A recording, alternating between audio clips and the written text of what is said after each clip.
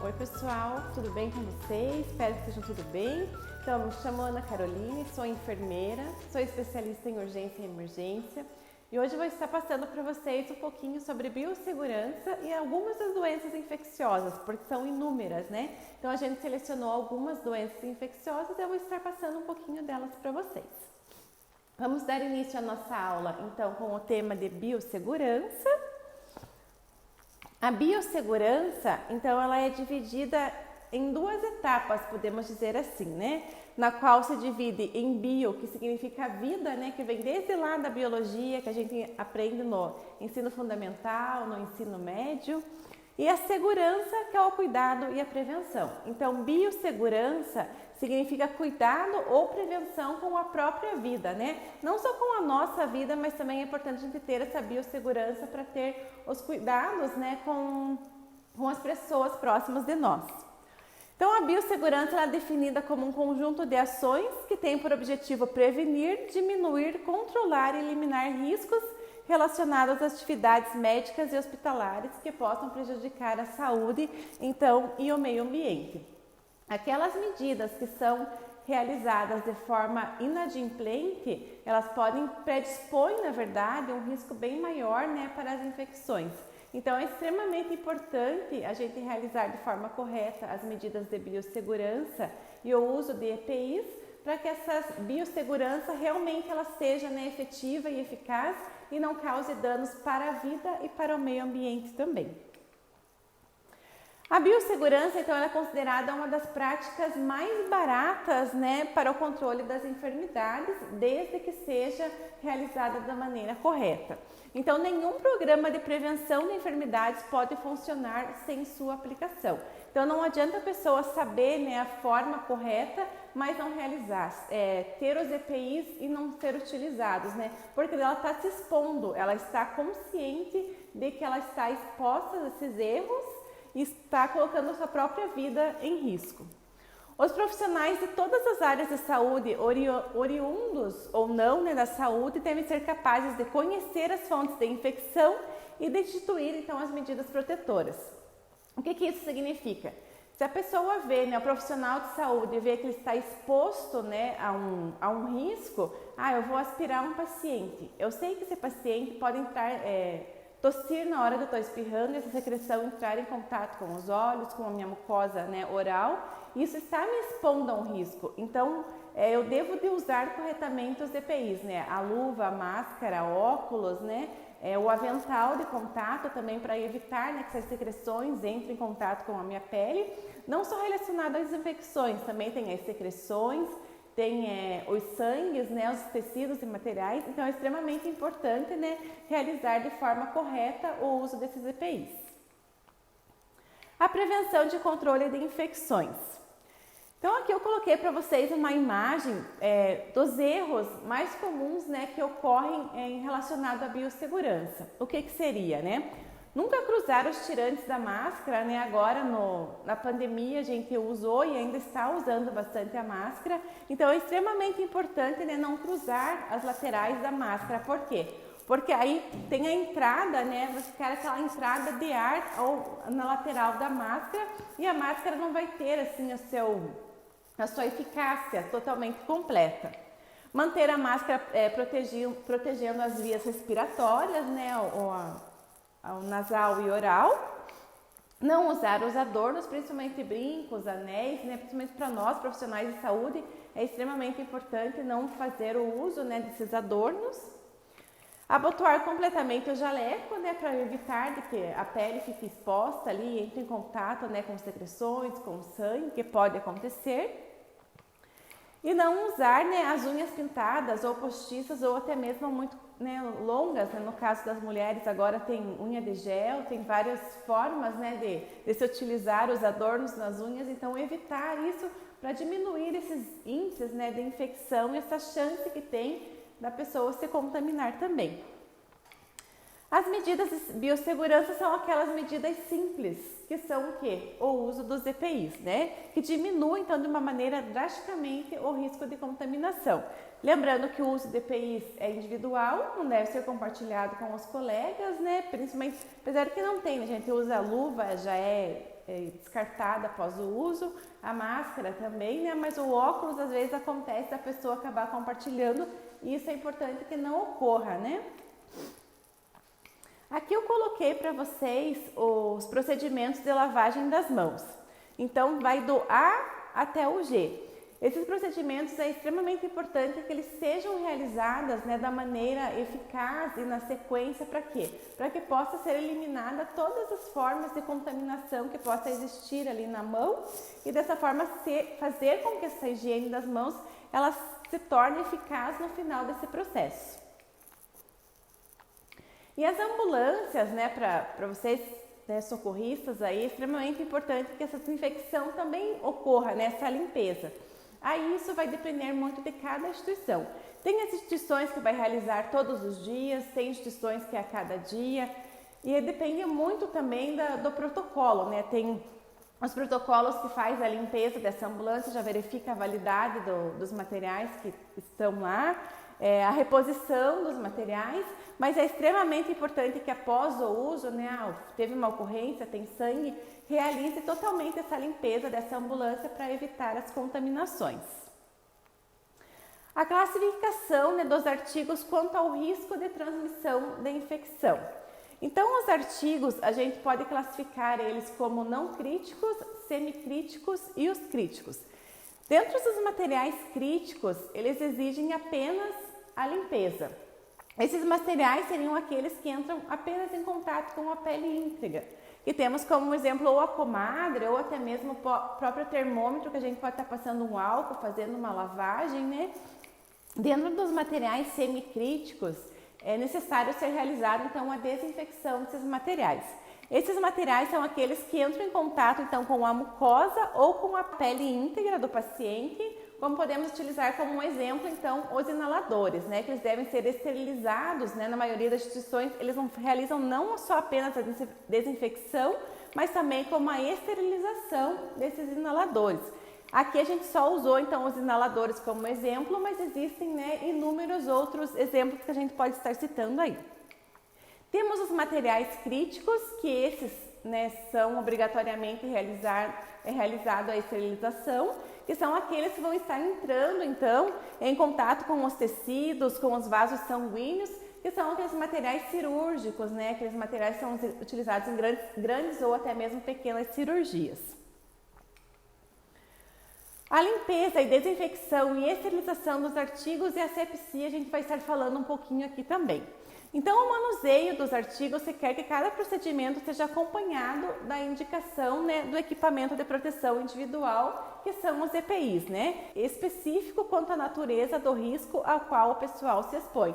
Então, esse risco que, né, eu quis relatar aqui que o pessoal se expõe, é que o profissional de saúde ele saiba identificar o risco que ele pode estar exposto, né?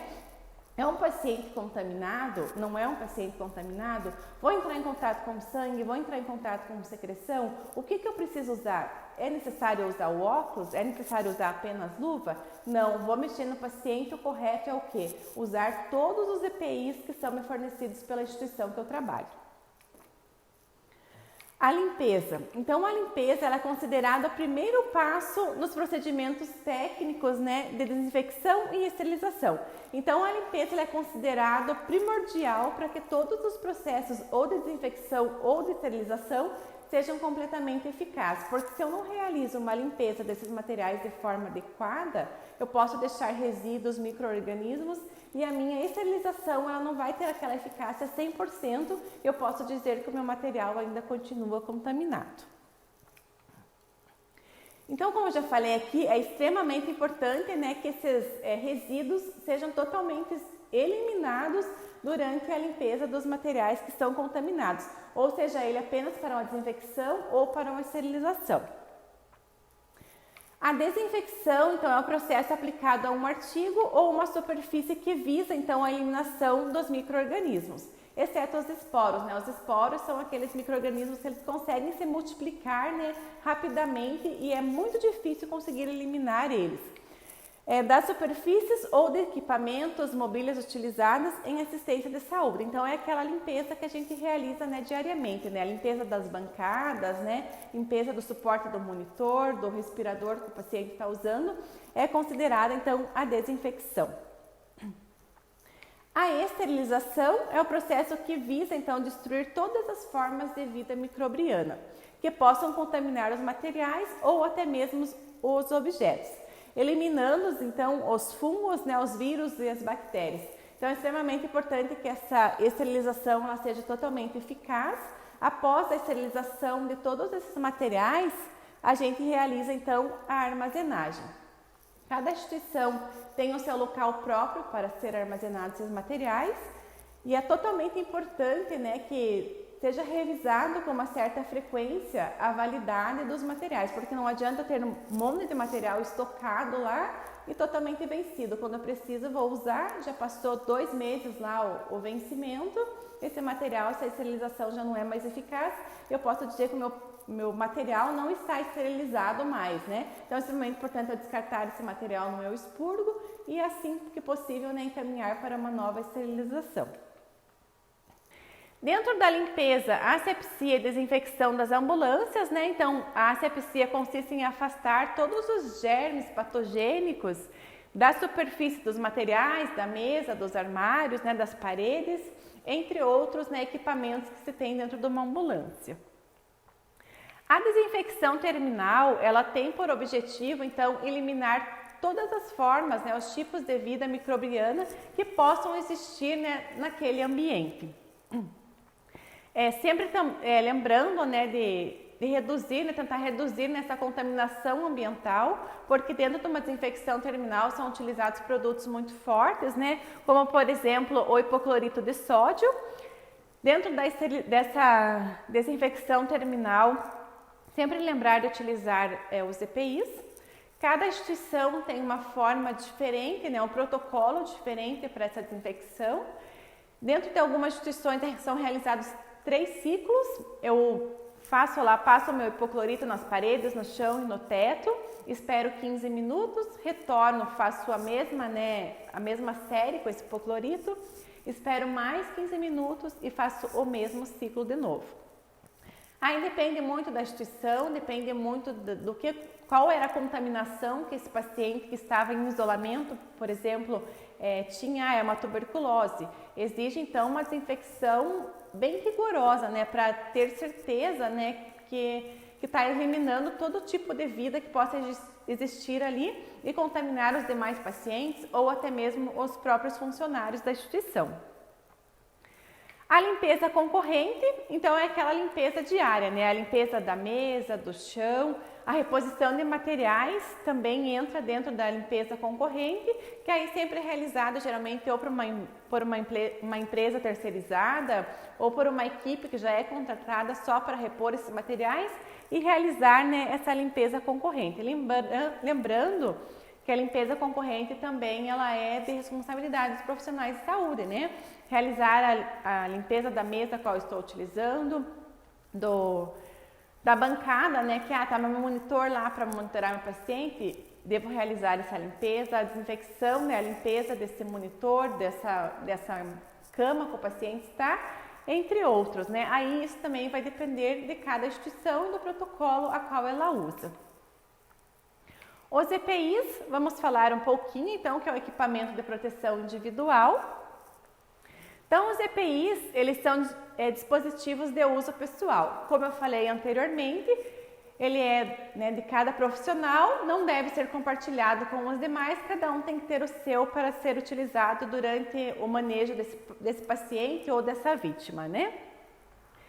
Então, o uso dos EPIs no Brasil, ele tem uma norma regulamentadora, que é a NR6 da Portaria 3.214 de 1978, a qual é regulamentada pelo Ministério do Trabalho e do Emprego. Então, se existe uma NR que foi colocada em vigor, é extremamente importante que ela seja colocada em prática também, né, pelo próprio empregador, pelo próprio funcionário também. Aqui eu coloquei para vocês alguns EPIs, né? Como exemplo, a gente tem as luvas, as toucas, máscara, avental e os óculos. Então, esses são os EPIs, né, utilizados de rotina, né, que geralmente são os mais fornecidos pelas instituições de trabalho de cada pessoa. Então, é a obrigação do empregador fornecer os EPIs adequados ao trabalho, não apenas fornecer, mas também fornecer o treinamento para o uso desses EPIs, né? Instruir e treinar contra o uso, fiscalizar e exigir o uso desses EPIs e repor esses EPIs quando os mesmos estão danificados. É a obrigação do trabalhador usar e conservar esses EPIs. Lembrando que se acontece um acidente de trabalho, o empregador ele forneceu para esse funcionário os EPIs e durante esse acidente de trabalho ele não está fazendo uso, o funcionário infelizmente acaba perdendo, né, toda a sua razão e o apoio, né, da empresa a qual ele trabalha. Agora a gente vai entrar dentro das doenças infecciosas. Vamos falar um pouquinho sobre doenças infecciosas. Eu selecionei aqui algumas doenças infecciosas para estar passando para vocês, né, algum conhecimento.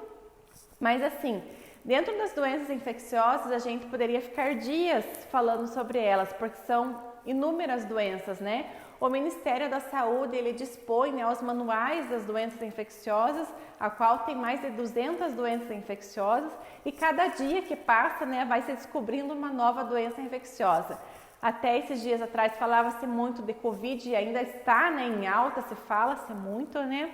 Agora já temos a varíola do macaco, né? Então, assim, cada dia que passa está surgindo uma nova doença infecciosa. Então, é extremamente importante que, né, tenhamos a consciência, né, e contribuímos, né, para que isso não acabe aumentando cada vez mais. Igual agora no Covid foi suspenso o uso de máscara por muitos estabelecimentos, por muitos municípios, né?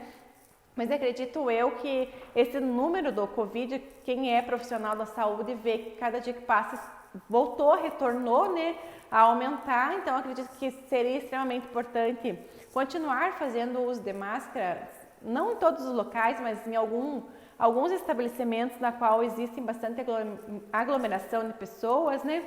Mas aí isso depende da consciência de cada um, né, gente? Então agora vamos falar um pouquinho das doenças infecciosas. Então as doenças infecciosas, elas propagam-se de pessoa para pessoa ou até mesmo de pessoa para os animais ou dos animais para as pessoas também, né? São doenças que elas podem ser causadas por micro-organismos, sejam eles vírus, bactérias, parasitas ou até mesmo os fungos. Então, as doenças, né, contagiosas, elas representam um grande problema de saúde pública, né, na maior parte do mundo. Nos países desenvolvidos, acredita-se que cerca de 70% das mortes, elas decorrem daquelas formas, podemos dizer, mais naturais, né, que são aquelas formas ou por uma doença degenerativa ou por acidentes. Já nos países em desenvolvimento, as doenças infecciosas e parasitárias, elas figuram-se então como a maior principal causa de morte, né? Ou seja, pela pouca instrução dessas pessoas ou pela déficit, né, a decadência, né, do saneamento básico, né, que também é uma grande causa, né, da transmissão das doenças parasitárias, né? Então acredita-se que isso são alguns dos motivos, né, dos países comparados, né, entre os países desenvolvidos e os subdesenvolvidos. O modo de transmissão das doenças infecciosas, a gente pode citar ela de duas formas, da forma direta e da forma indireta. Dentro da forma direta, a gente seleciona então por contato ou por transmissão de gota. Por contato seria por beijo, por relação sexual, e dentro da transmissão de gotas é aquelas que são transmitidas, né, quando espirramos ou tossimos. Então, dentro da transmissão direta, ela seria ou por contato ou por transmissão de gotas. Já dentro da transmissão indireta, ela vem pelo ar, que uma doença infecciosa transmitida pelo ar seria o vírus da sarampo. Por veículo, seja ele alimento ou uma água contaminada. E por vetor, né, que seria rato, carrapato, né, ou até mesmo pombo que transmite doenças. Então, as transmissões das doenças infecciosas, elas são classificadas de duas formas. direta ou a indireta.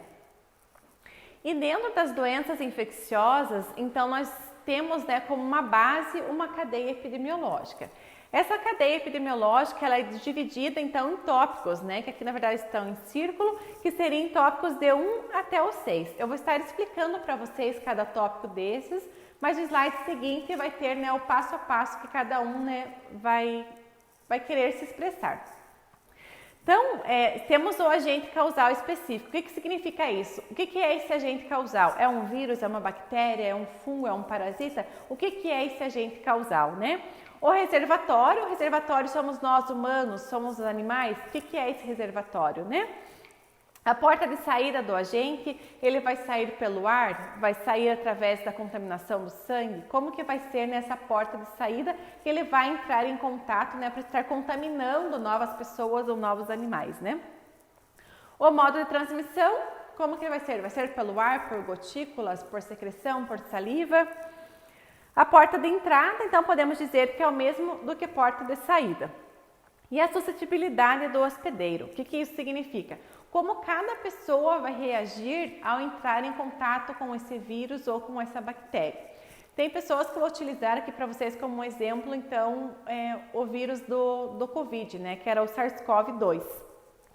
Algumas pessoas contraíram esse vírus, tiveram um resfriado, um mal-estar, uma dor de cabeça, e recuperaram e seguiram a vida. Já outras pessoas contraíram o vírus, precisaram de hospitalização, precisaram de oxigênio, ser entubado, aí ficaram 7 dias entubados, lá não conseguia sair, né, dessa ventilação, precisaram de uma traqueostomia, dessa traqueostomia, né, já evoluiu para uma infecção pulmonar e assim foi indo, uma pneumonia, né? Então, isso vai depender muito do que como cada pessoa vai reagir ao entrar em contato com esse vírus ou com essa bactéria ou com esse fungo.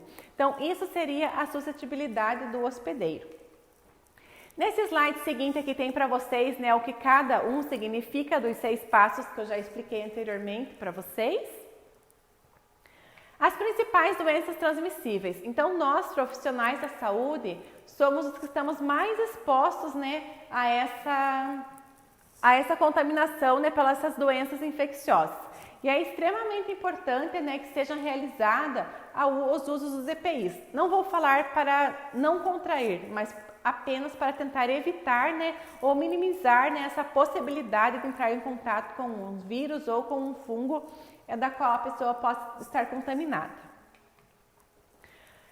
Vamos entrar um pouquinho sobre as hepatites. Então, as hepatites, elas são classificadas em hepatite A, B e C. Então, a hepatite, ela é uma inflamação do fígado, pode ter várias causas, tais como infecções por medicamentos, drogas, doenças hereditárias, álcool e entre outras. Então, o fígado, né, ele é uma das maiores glândulas do nosso corpo e ele tem funções primordiais para o nosso organismo. Seja ele lá para uma infiltração de sangue, para excretar, né, o que não presta, né? Então, tudo que não presta, o nosso fígado consegue excretar e consegue eliminar. E se esse fígado está doente, né, podemos dizer assim, danificado por um dano da hepatite, ele já não vai ter, né, mais essa eficácia completa dele e o nosso organismo vai começar a entrar em falência. Então, como o vírus, ele ataca cada pessoa, né, o vírus da hepatite? Então, primeiro, ele vai entrar em contato com a corrente sanguínea. Após ele entrar em contato com a corrente sanguínea, ele vai multiplicar-se, então, forçando o nosso sistema imunológico a produzir os anticorpos, como se ele fosse normal e o nosso organismo aceitasse ele. Só que não, ele é muito esperto, ele consegue enganar o nosso organismo, né? Então, ele consegue vencer os nossos linfócitos. Os linfócitos, eles são as principais células de defesa.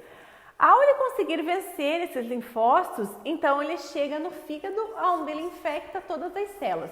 Após ele infectar essas células do fígado, então, o organismo, ao tentar entrar em defesa, né, se defender, ele acaba então atacando o próprio órgão, né, na qual cada vez mais ele vai se piorando, né, pode virar uma cirrose hepática ou até mesmo uma necrose, né, de ser fígado, que já não se tem muito mais o que fazer, além de um transplante hepático de emergência. Aqui eu coloquei para vocês as formas de transmissão.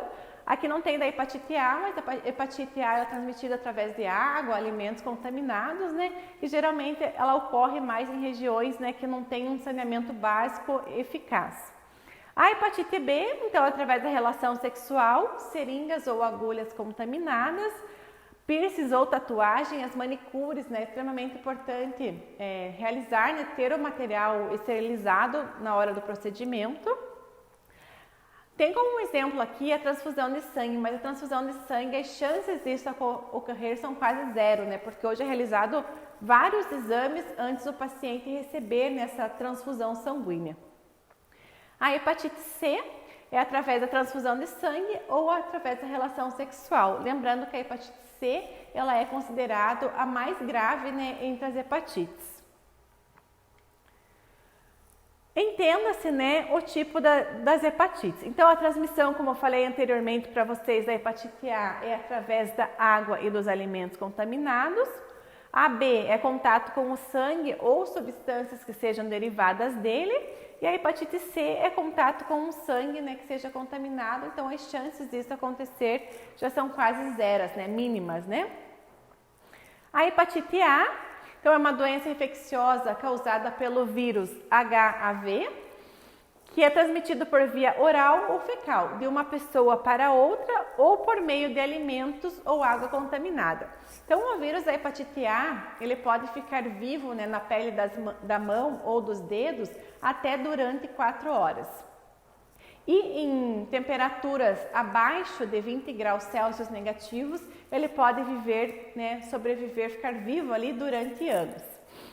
Uma vez infectada, a pessoa desenvolve imunidade contra o vírus por toda a sua vida. Claro, vai depender do uso de medicações, de tratamento, né? Ela já não vai ter uma vida 100% saudável, né? Porque o seu fígado ali, querendo ou não, está danificado. Os sintomas da hepatite, não, os sintomas mais comuns, né? É dor no abdômen direito, em hipocôndrio direito, que é onde está localizado o nosso fígado. A pele dos olhos, né? A pele e os olhos, elas ficam amareladas, elas ficam ictéricas, né? Porque a produção de bilirrubina está deficiente, então vai ocorrer isso. A perda de apetite e o emagrecimento. A urina escura e as fezes claras. Então, geralmente, essa urina escura é na coloração de uma Coca-Cola, que é bem relacionado, né, com as pessoas que têm hepatite. Dor de cabeça e mal-estar e dor nos músculos, né, e na articulação, porque a pessoa vai ficando fraca, né, o nosso fígado não está funcionando, aí não é só o fígado, né, não é assim um órgão, né, ali isolado. Lembrando que o nosso corpo, ele trabalha num conjunto, um depende do outro. Um começou a entrar em falência, vai sobrecarregar o outro órgão, então é uma consequência, né, de danos que vão sendo causados. Nessa imagem aqui vocês conseguem ver bem, né, a pele aqui, nessa imagem a gente tem a diferença, né, entre uma pele de uma pessoa que não tem o vírus da hepatite, né, e ali a outra pessoa já bem ictérica, né, com a pele bem amarelada. E nessa outra imagem, a parte da esclera dos olhos, né, nossa região branca, toda amarelada, que é um dos sinais mais evidentes, né, das pessoas que têm hepatite. Aqui eu coloquei outra imagem para você estar vendo. Ali temos a comparação, né, da urina, né, então a mais amarela de uma pessoa que não tem o vírus da hepatite, considerado, né, normal. E já ali na coloração bem escura, né, que nos termos técnicos é denominado colúria, né, que é aquela coloração realmente de uma Coca-Cola, um café escuro, né. A hepatite A, então, ela já faz parte do calendário vacinal, ela é disponível, né, por toda a rede pública de saúde. Ela não fazia, até muitos anos atrás, ela não fazia parte, não existia vacina, então agora já tem, já faz parte desse calendário. Então o Brasil, ele inclui a vacina contra a hepatite A para as crianças de 1 a 2 anos incompletos no calendário de vacinação.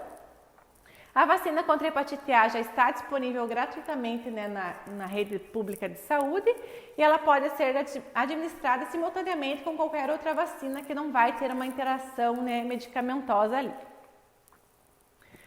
Vamos falar um pouquinho sobre a hepatite B. Então, a transmissão do vírus da hepatite B, ele é encontrado então nas secreções, ou no sêmen ou na saliva, no sangue e no leite materno. Então, a transmissão, ela pode ser através da relação sexual, da perinatal, que é da mãe para o bebê, e da percutânea, que são de sangues e derivados. Então, a gestante, né, durante a sua gestação, o seu pré-natal, ela deve realizar o exame de hepatite B. O bebê, ao nascer, ele tem até 72 horas para ser administrado, né, essa dose da vacina da hepatite B. E os bebês que ao nascer contraem da mãe o vírus da hepatite B, eles têm 90% de chance de desenvolver hepatite B crônica. Eles não apresentam sintomas, mas quando já é descoberto, já numa fase bem tardia. Aqui temos então a evolução natural da hepatite B. Na primeira imagem, a gente podemos ver então um fígado normal de uma pessoa que não tem, né, esse vírus da hepatite B. No segundo, é a infecção aguda, já quando começa a apresentar aqueles sintomas, né, a pele amarelada, a urina mais escura. No terceiro, um fígado, né, então com uma inflamação crônica e fibrose. Essa inflamação crônica e fibrose, ou ela pode evoluir para uma cirrose, ou para um câncer, ou até mesmo os dois associados. Aí, nesse caso, quando já se tem, né, um câncer e uma fibrose, já não se tem muito o que fazer, além, né, de um transplante hepático considerado de urgência.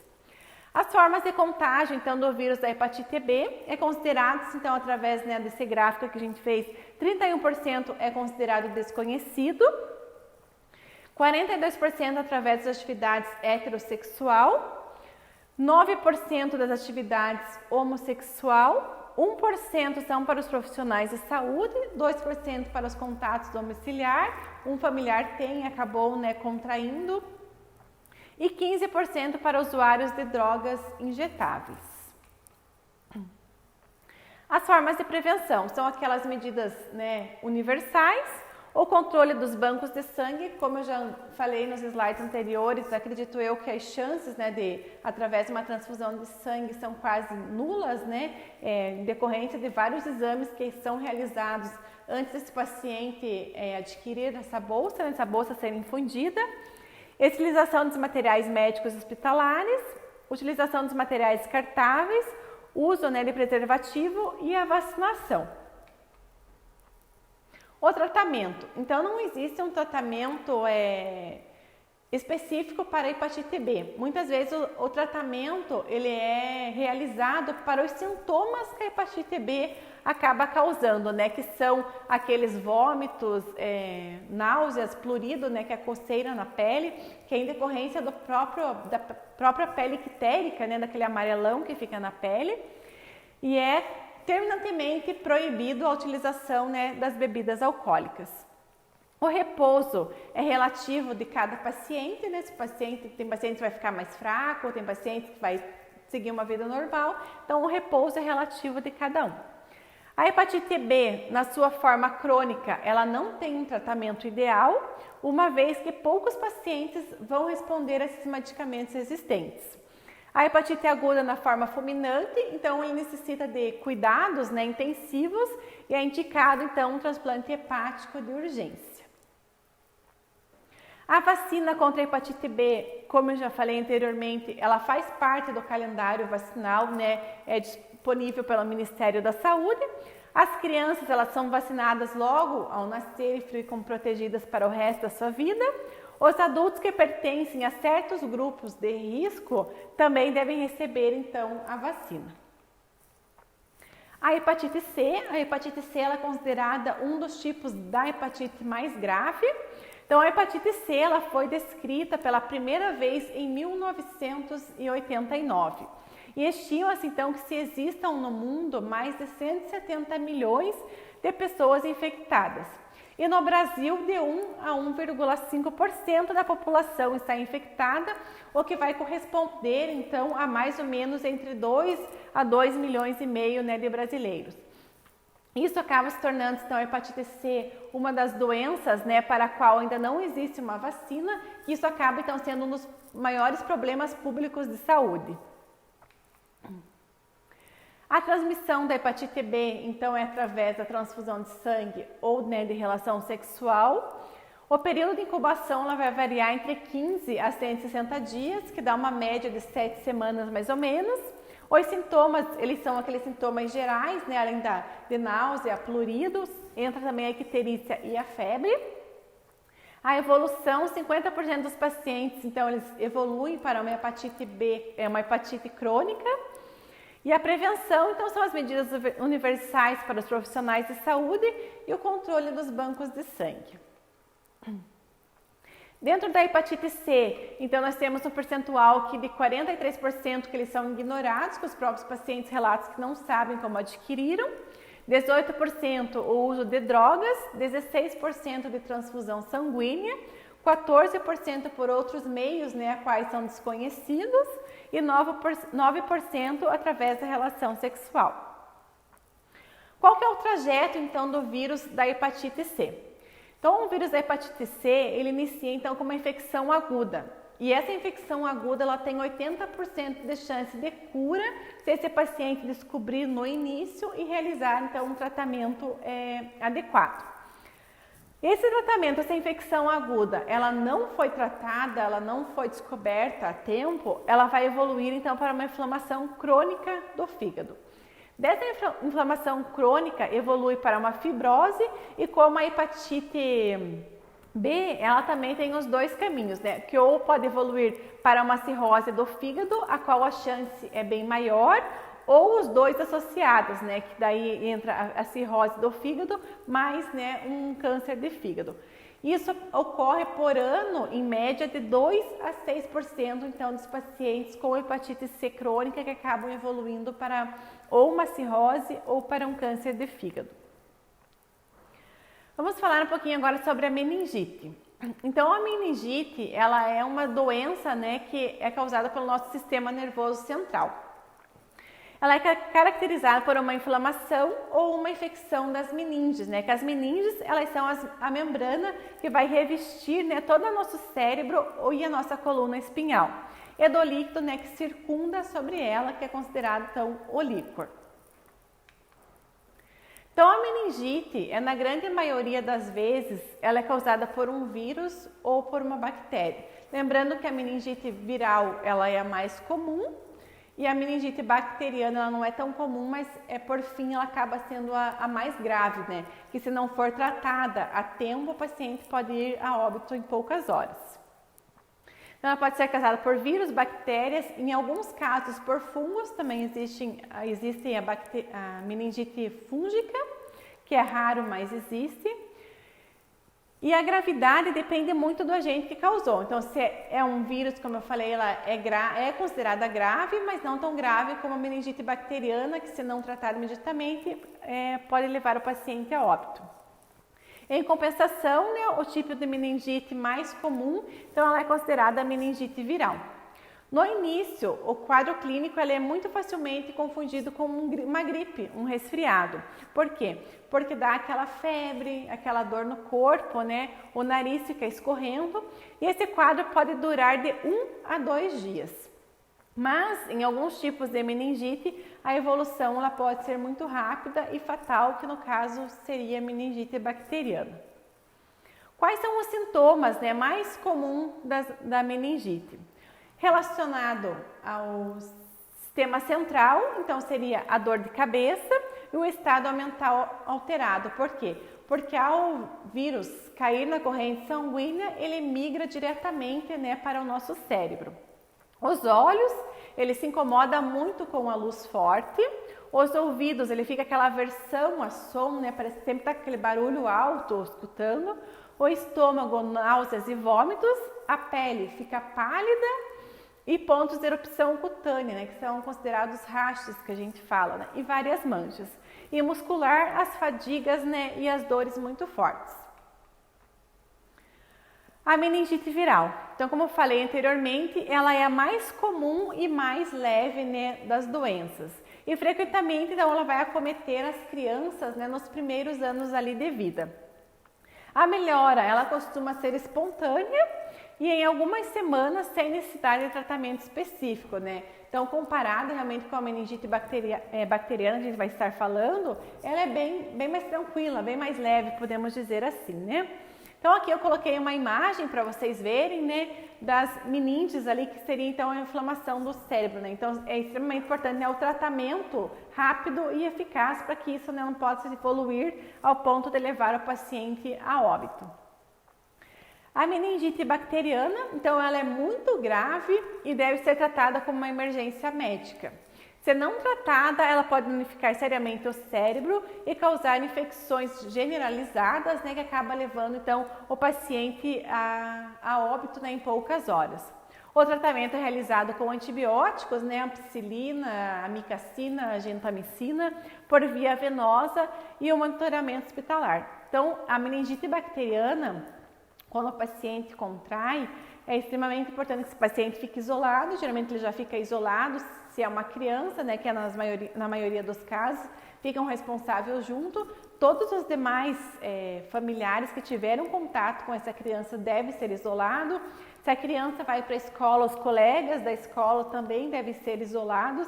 Então é extremamente importante, né, contraiu, avisar todo, né, uma estrutura, né, para que seja, né, para evitar que acabe se proliferando, porque passa de pessoa para pessoa, de criança para criança. Então a meningite bacteriana, ela é extremamente grave, necessita de hospitalização comparado com a meningite viral. A transmissão é através do contágio, principalmente respiratório. Uma pessoa infectada, ela pode não desenvolver a doença, mas ela pode transmiti-la. Escolas, creches, universidades e outros locais com grande concentração, então, de pessoas, são ambientes favoráveis para essa contaminação. Os sintomas vai dar início, né, com febre média ou alta, né, acima de 38 graus, vômitos e dores de cabeça, né, cefaleia intensa. Em casos mais graves vão aparecer aquelas manchas avermelhadas na pele. E pode haver, então, a rigidez da nuca, dor nas costas e dobrar as pernas e edema fundo do olho. Então, ao, né, dobrar as pernas, a pessoa vai sentir muita dor nas articulações, né, de braços e pernas. O tratamento, então, para a meningite viral, são os cuidados sintomáticos, ou seja, o paciente recebe medicamentos para amenizar, né, febre, dores musculares. Para a meningite bacteriana, o quadro é grave, então necessita de hospitalização, geralmente para ser realizados, né, administrados esses antibióticos endovenoso.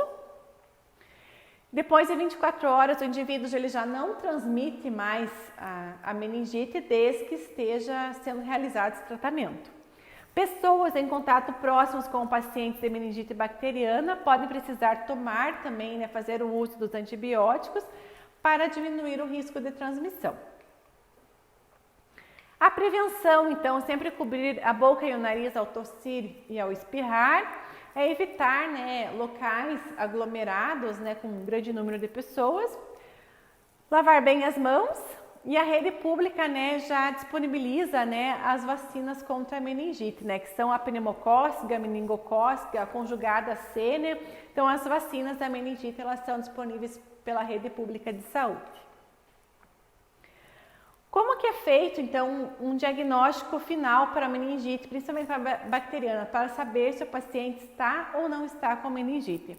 Ele é realizado, então, através de uma punção lombar, na qual vai ser coletada uma amostra do líquor, né, e enviado para o laboratório para ver se tem, né, se o paciente está com a bactéria causadora, o meningocócico, ali, causadora da meningite, ou não. Então, como que é realizado, né, essa punção lombar?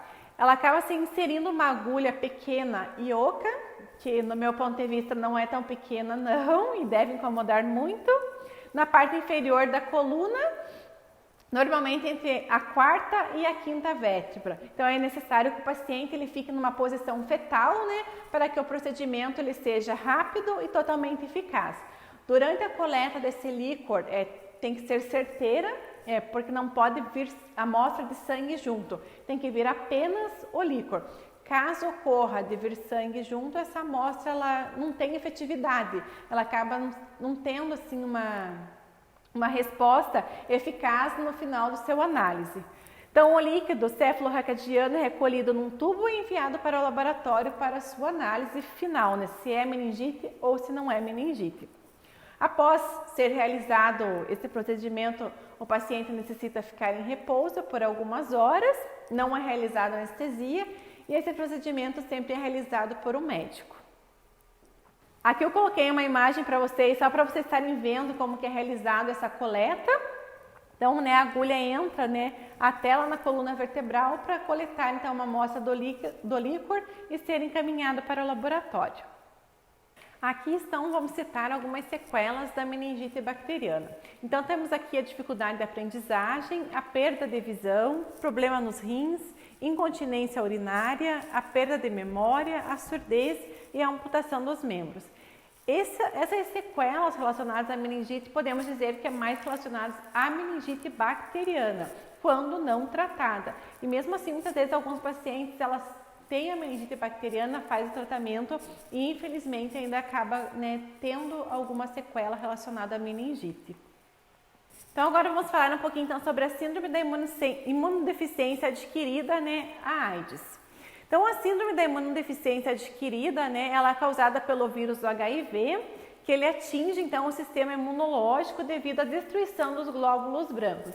Então, a partir do momento que o HIV, né, o vírus, ele entra em contato com a corrente sanguínea, ele acaba destruindo, né, todas as células de defesas, que aí é quando as doenças oportunistas, né, elas vêm e se aproveitam dessa situação do seu organismo frágil ou fraco para se manifestar. Nos dias de hoje, é possível sim ser soro positivo e ter uma qualidade de vida, desde que seja realizado o tratamento adequado. E como que surgiu a AIDS? Então, acredita-se, né, que em muitos anos atrás, os navios eles paravam, né, nos portos e aí as prostitutas, né, de várias regiões e em troca, né, desses serviços, né, de dinheiro, elas forneciam, né, o seu próprio corpo lá, né? E esses navios, né, que paravam geralmente já vinham de várias outras regiões e muitos desses homens, né, ou até mesmo essas mulheres, elas tinham o vírus do HIV ou propriamente a AIDS instalado. E acredita-se então que é aí que se surgia, né, essa manifestação, essa proliferação, né, porque vinha de um país para o outro e assim era levado, né, muitas vezes de continente a continente. Outra situação que se acredita é que os caçadores, né, ao eles irem para a selva, eles entravam em guerra corporal muitas vezes com os animais, porque antigamente não se tinha, né, armas como se tem hoje. Ao eles entrarem em contato principalmente com os macacos, que eram portadores, né, tinham um vírus semelhante ao vírus do HIV, esse vírus do macaco entrava em contato com a corrente sanguínea, né, caía na corrente sanguínea desses caçadores e dessa forma, então, eles contraíram o vírus. Não se sabe se isso é verdade ou se isso é lenda, mas essas, né, são algumas das histórias, né, que contam-se de como que surgiu, então, o vírus do HIV, né, a AIDS propriamente dita. A AIDS, ela não tem cura, né? Todo mundo sabe que ela não tem cura, infelizmente ainda não foi descoberto a cura da AIDS e cerca de 20 milhões de pessoas né, já morreram, né, em decorrência, né, da AIDS, do HIV, desde que essa mesma foi descoberta. Então, o vírus do HIV, ele age interferindo com a resposta imunológica do organismo e deixa a vítima, então, indefesa e predisposta às outras infecções que podem estar vindo a aparecer, né? Uma tuberculose, uma sífilis ou qualquer outra doença, né, que o organismo está frágil.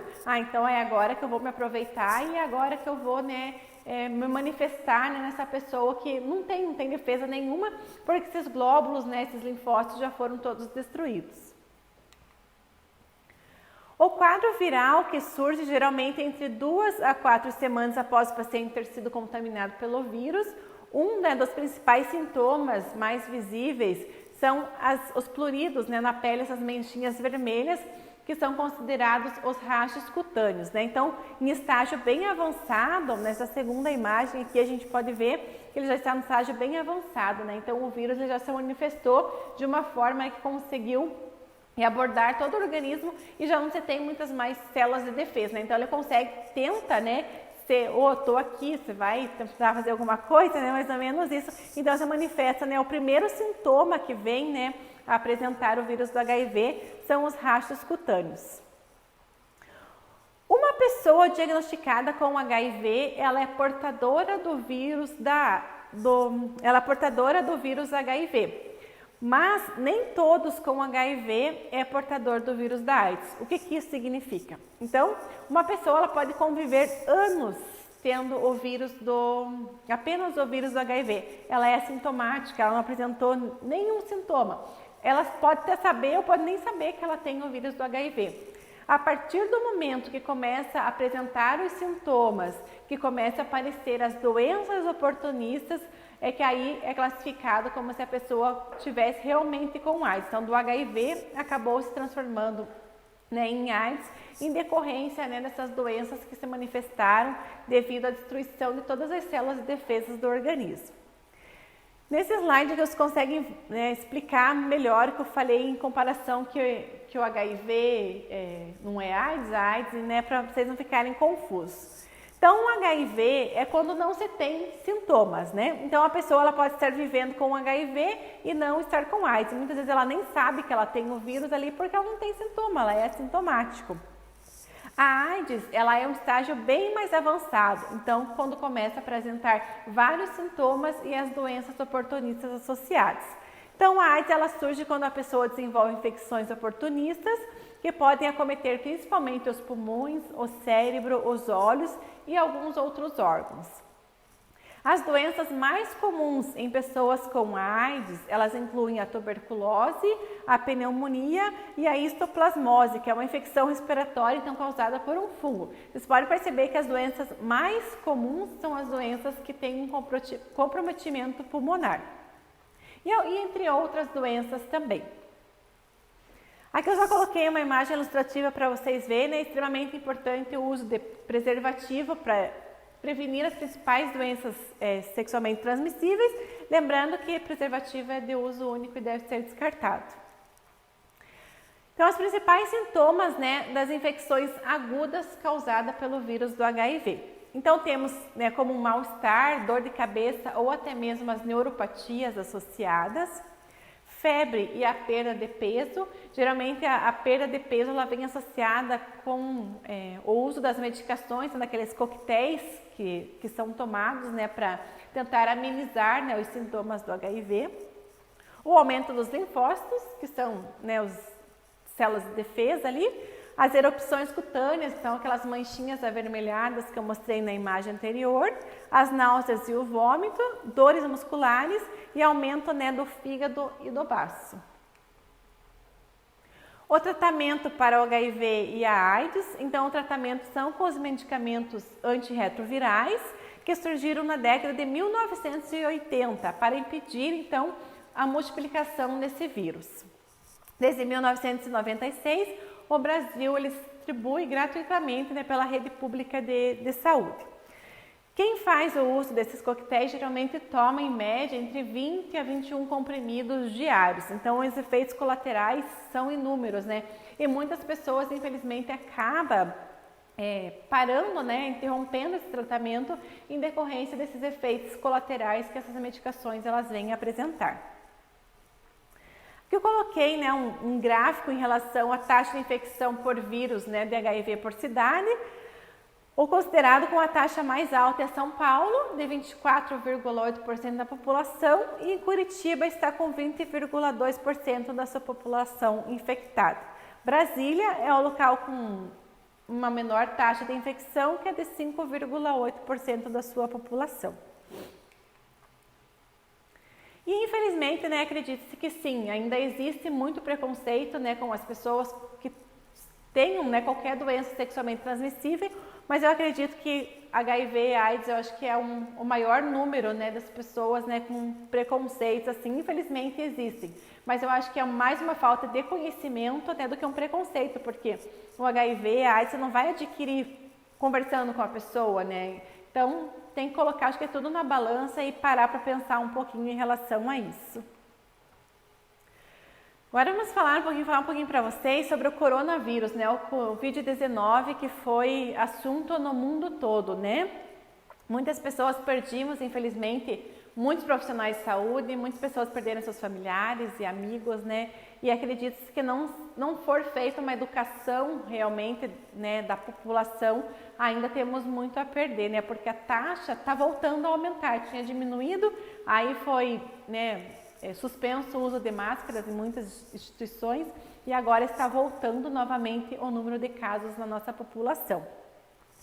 Então, o coronavírus é uma grande família de vírus, né? Comum entre muitas espécies diferentes de animais, incluindo principalmente os camelos, o gado, os gatos e morcegos. Raramente, então, o coronavírus, né, eles infectam os animais, eles podem infectar pessoas, como por exemplo o MERS-CoV e o SARS-CoV, né? Só que o SARS-CoV, que era dos animais, já se transformou-se em SARS-CoV-2 e acabou, né, infectando a população. Em dezembro de 2019, houve a transmissão então do novo coronavírus, né, considerado o SARS-CoV-2, a qual foi identificado então em Wuhan, na China, e causou então o Covid-19, sendo em seguida disseminada e transmitido para pessoas, para praticamente o mundo todo. A Covid-19 então é uma doença causada pelo coronavírus, que apresenta um espectro clínico variado, de infecção assintomática a casos graves. Então, tem pessoas que adquiriram, ficaram tudo bem, algumas pessoas adquiriram, não precisaram de hospitalização, mas fazem uso de bombinhas agora em casa para bronquite, né? Algumas outras pessoas sentem dores musculares. Agora, recentemente, foi realizado um estudo que muitas pessoas, após 6 meses de ter contraído o Covid-19, estão apresentando tromboses ou muitos já estão apresentando tromboses com outras doenças associadas. E acredita-se que é em decorrência da própria Covid-19, do próprio vírus que veio a se manifestar essas doenças que estão aparecendo agora após a pessoa ter, podemos dizer, ter se curado do Covid, né, apareceu outras doenças. Os sintomas, então os sintomas do Covid-19 podem variar desde um resfriado, a síndrome gripal, né, até uma pneumonia severa ou até o paciente ficar hospitalizado. Aí de uma pneumonia severa, né, que o paciente está entubado lá já faz dias, já começa uma falência renal, já precisa iniciar uma diálise e assim, infelizmente, esse quadro desse paciente vai se piorando cada vez mais e muitos pacientes acabaram, né, e acabam entrando a óbito em decorrência, né, desses sintomas, né, desse tratamento que não foi tão efetivo e perdemos muito, né, perdemos profissionais de saúde, perdemos famílias, perdemos amigos, né, então muitas pessoas, né, perderam suas vidas nessa jornada do Covid. Então, quais são os sintomas, né, mais comuns? A tosse, a febre e a fadiga. Aí também pode acontecer, né, a congestão nasal, diarreia, dor de cabeça, dor de garganta, coriza ou cansaço e a dificuldade de respirar, né, que daí já é necessário uma hospitalização e um acompanhamento melhor. Como ocorre então a transmissão? Através da tosse, né, dos espirros, gotículas de saliva, aperto de mão, né, se tiver o vírus ali entrar em contato, né, pode acontecer, catarro, né, secreções e contato com os objetos contaminados. O diagnóstico, o primeiro diagnóstico a ser realizado é o diagnóstico clínico, né, que é realizado pelo médico atendente, que deve avaliar então a possibilidade da doença, né? E principalmente em pacientes com associação, né, aos sinais e sintomas já descritos anteriormente. Temos aí o diagnóstico clínico epidemiológico, que é realizado pelo médico e atendente, a qual vai considerar, né? Então, caso o paciente com associação dos sinais e sintomas, que ele venha, né, ter contato com uma pessoa que, né, contraiu o Covid e positivou durante, né, nos últimos 14 dias e o contato confirmado laboratorialmente. Então, a pessoa precisa ter, né, falou, eu tenho contato com uma pessoa, mas foi confirmado? Foi. Então, aí é realizado, né, todo o procedimento necessário. Quando surgiu, né, o Covid-19, o paciente ia relatava, estou apresentando febre, dor de cabeça, tive contato com uma pessoa que foi contaminada pelo vírus do Covid, né, o SARS-CoV. Essa pessoa tinha que ser isolada, os demais familiares também tinham que ser isolados. Agora não, só fica em casa mesmo a pessoa que positivou para a Covid. Os demais, moradores, residentes da casa, do domicílio, não precisam mais ficar isolados junto com a pessoa positivada. O diagnóstico clínico de imagem, então, é as tomografias, que daí já é para o paciente que está hospitalizado, para ver se vai ter uma lesão pulmonar ou não, para daí ver qual que é o tratamento mais eficaz para esse paciente. O diagnóstico laboratorial, então, pode ser coletado através do exame de sangue. Também temos, o RT-PCR, que é em tempo real, que é o teste considerado o teste rápido, que a maioria das farmácias já tem disponível. Foi lançado recentemente o autoteste, que a pessoa poderia fazer o seu próprio teste, mas o Ministério da Saúde tirou do mercado esse teste. A imunocromatina, então, que é o teste rápido, e a biologia molecular, que é o RT-PCR. E o imunológico, que vai detectar lá o IgM e o IgG para ver se vai dar positivo ou negativo, se já teve contato, se o vírus está ativo, se o vírus está inativo, como que vai estar. Aqui eu coloquei para vocês, então, a imagem da coleta do suave ali nasal. Aqui uma imagem do exame do teste rápido do Covid positivo. Então, para ver se o teste é positivo ou é negativo, então é coletado através do suave. Esse suave vai entrar em contato com um material reagente, vai ficar esperando em média 5 a 10 minutos após ter ocorrido essa reação. É colocado então gotas no próprio identificador para ver se vai ser positivo ou negativo do próprio teste. Nesse teste nós temos a letrinha C e a letrinha T. A letrinha C, ela sempre vai ter que ficar com um risquinho evidente, que significa controle. O T é do teste, que se aparecer significa que o teste é positivo. Se não aparecer apenas a letrinha C do controle, é que esse teste é negativo. É como se fosse um teste de farmácia lá para ver se está grávida ou se não está grávida. Aqui eu coloquei outra imagem do suave nasal e oral.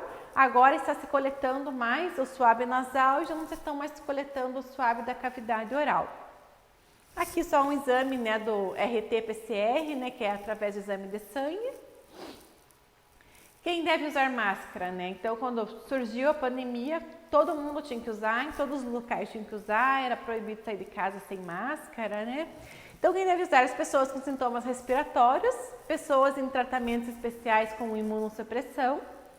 Quando for a locais que tenha pessoas infectadas, mas acredito que ninguém vai ir, as pessoas infectadas também não devem ir nesses locais.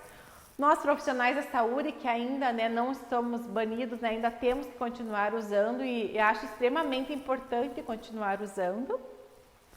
Pessoas, ou familiares que cuidam de pessoas com suspeita de confirmação do Covid.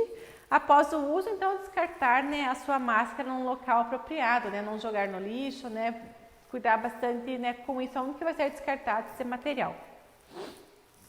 Fique atento ao uso correto, Então, a máscara, ela tem que pegar a cavidade nasal e oral, o sistema respiratório ali, Então, ficar totalmente da forma correta. A máscara não é para ficar no queixo, não é para ficar apenas na boca, Tem que pegar o nariz e a boca de uma forma correta. Eu coloquei para vocês só, então, uma sequência, de como se paramentar, como que estava sendo a vestimenta quando iniciou essa pandemia nos hospitais, A sequência, então, é primeiro o avental, depois a máscara, depois o óculos, de proteção e, por último, as luvas. E na sequência, para ser retirado, aí é todo ao contrário. O Covid-19, então, 257 mil profissionais de saúde eles foram infectados no Brasil desde o início da pandemia. Então, essa é uma reportagem que foi lançada pela Agência Brasil. Então, é um número muito grande e acredito que ainda, se não for controlado, ainda muitos profissionais e muitos familiares ainda vão ser contaminados pelo vírus do Covid.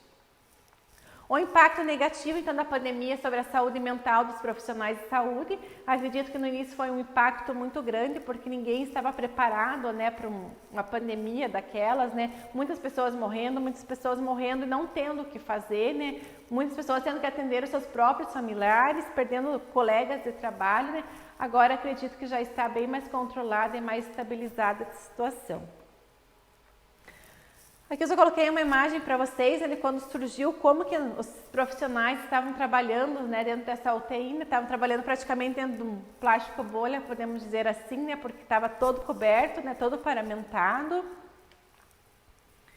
E a Folha de São Paulo, no dia 25 agora de junho, ele lançou uma reportagem do Brasil, ele registra 136 mortes por Covid por dia e uma média móvel de óbitos se aproxima de mais ou menos 200. O país soma 670.418 vidas perdidas até agora. A Prefeitura de Campo Largo ontem lançou o boletim do Covid-19, que eles estão lançando semanalmente. O número de casos é 272 no nosso município. Na UTI não temos ninguém hospitalizado. Na enfermaria apenas se encontra um paciente. 94 casos ainda estão suspeitos, né, em investigação, 324 estão em isolamentos, o total de pessoas recuperadas, né, é 32.486, né, casos. O total de óbitos até agora é 517 e os novos óbitos, né, a partir desses meses foram de um óbito apenas. Então, o total, né, de casos mais 33.324. Então, acredito que se não for controlada, não for continuar, né, o uso de máscaras em alguns locais, esses números vão continuar aumentando cada vez mais e disso pode surgir novos vírus ainda, né, pela frente aí. Esperamos que isso não ocorra, mas se ocorrer, nós precisamos estar preparados, né, para uma nova pandemia que possa vir aí. Então, aqui fica para vocês, né, uma mensagem para o final da nossa aula. O que eu tinha para passar para vocês é isso, espero que tenham gostado. No primeiro slide eu estou deixando o meu e-mail para contato, caso vocês tenham alguma pergunta ou alguma dúvida, vocês podem estar entrando em contato pelo meu e-mail que eu vou estar respondendo vocês. Muito obrigada!